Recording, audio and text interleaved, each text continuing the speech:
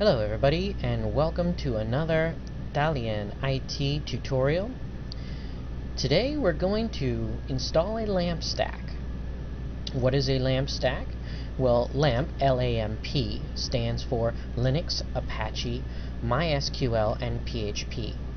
And what we use a LAMP stack for is when we want to create a web server on our computer, whatever it may be, a desktop or a laptop or whatever we want to use. So all of the internet web hosts, they all have this kind of either a LAMP stack or a WAMP stack, which would be Windows, Apache, MySQL, and PHP.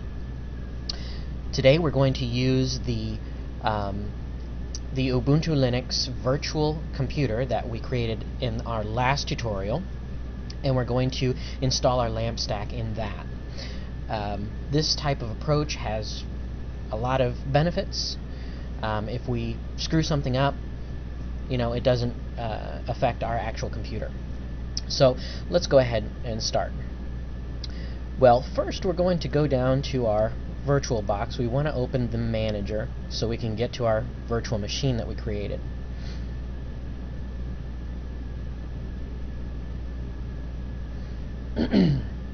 And we see here we've got our Ubuntu machine right here.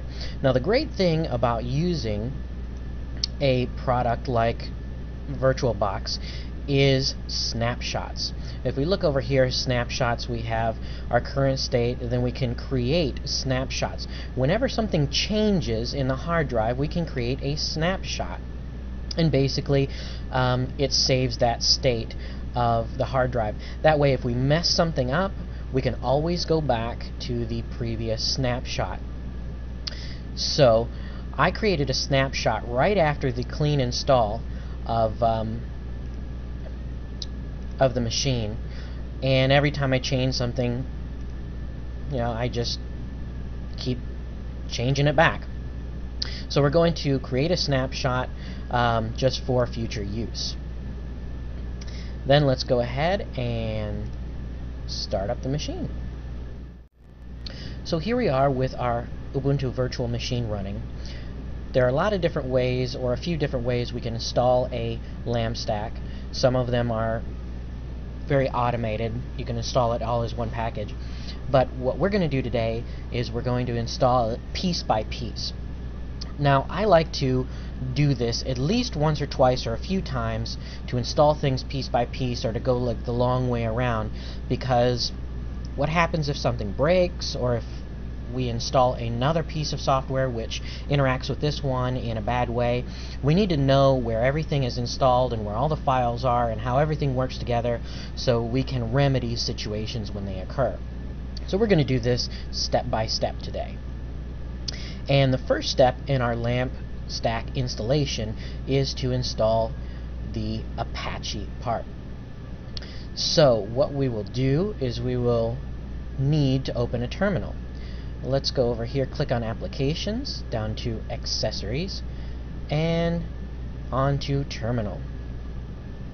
So on our first step to install our Apache server, we are going to, in our terminal, we're going to click here and type in sudo apt-get install Apache 2, and that's just Apache version 2.2. And we hit enter. It's going to ask for an authorization or your password, and basically this is your login password that you created when we created this computer here.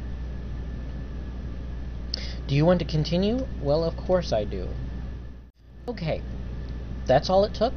Now we have an Apache server, an Apache web server installed on our Ubuntu virtual machine. Let's try it out. How do we do that? Well, we're going to look at this Firefox thingy here. We're going to click on it and open up our Firefox web browser so we can log on to our new web space and see if it's working.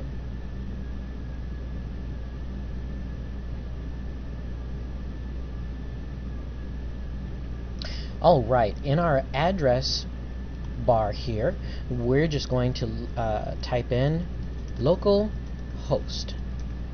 and enter, and it works.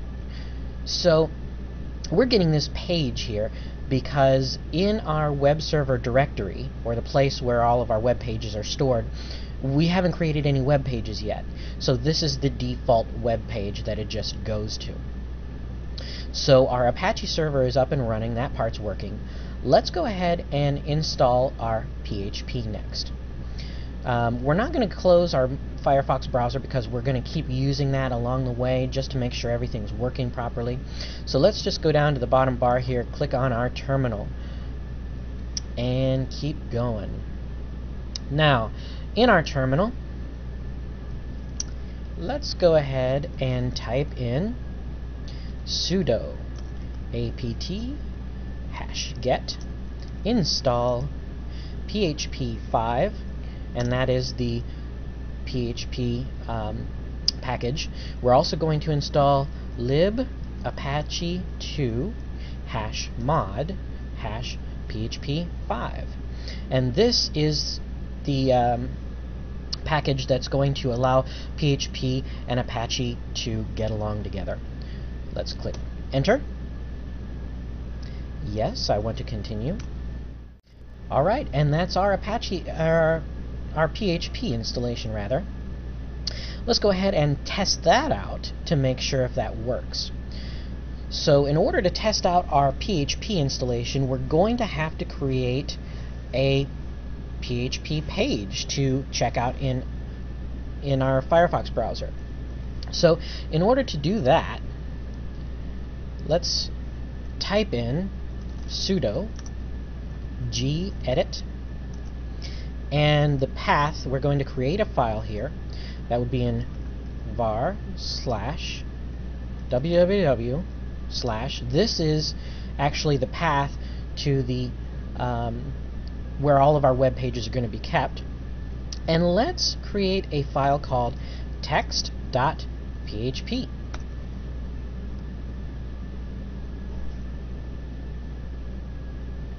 Okay, and we have this little gedit thing going on here, and in that we are going to enter the following. The little, what is that, less than sign, question mark, PHP. This is going to be a very simple, very short PHP script here. Space, PHP info, and our opening and closing parentheses. Yes, opening, closing parentheses, followed by a semicolon, space, question mark, and a greater than sign. And let's just go ahead and save that.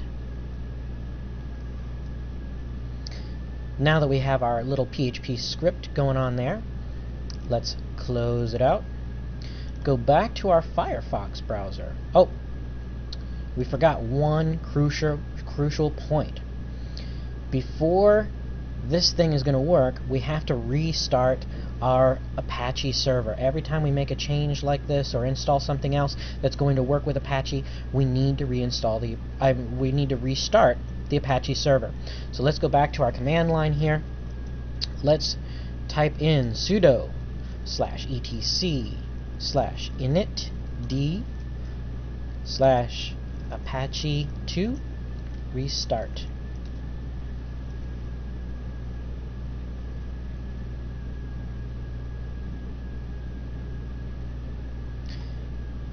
Okay, and that should have worked. So let's go back to our Mozilla Firefox. We're already at localhost here. Let's type in our test.php. Nope. Okay, let's go and reload this Apache server again.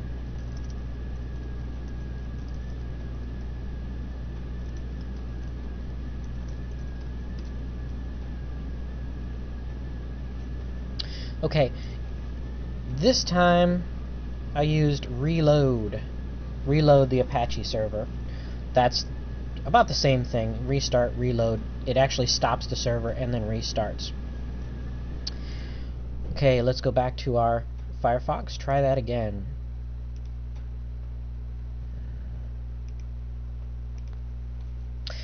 Okay, now when we deal with the command line here, this is a interesting way, very neat way to get your work done and get things done.